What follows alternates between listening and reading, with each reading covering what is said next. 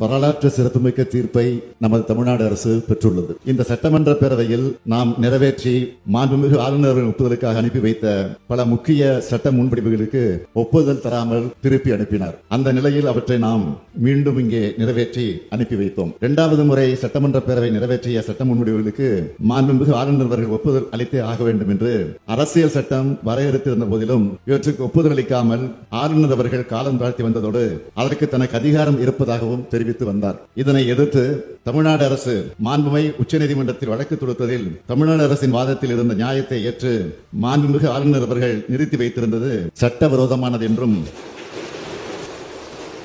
அந்த சட்ட முன்வடிவுகளுக்கும் ஆளுநர் அவர்கள் ஒப்புதல் அளிக்கப்பட்டதாக கருதப்பட வேண்டும் என்றும் தெரிவித்து வரலாற்று சிறப்புமிக்க தீர்ப்பினை இன்றைக்கு மாண்புமை உச்சநீதிமன்றம் வழங்கியுள்ளது. இந்த தீர்ப்பு தமிழ்நாட்டுக்கு மட்டுமின்றி இந்தியாவில் உள்ள அனைத்து மாநில அரசுகளுக்கும் கிடைத்த மாபெரும் வெற்றியாகும்.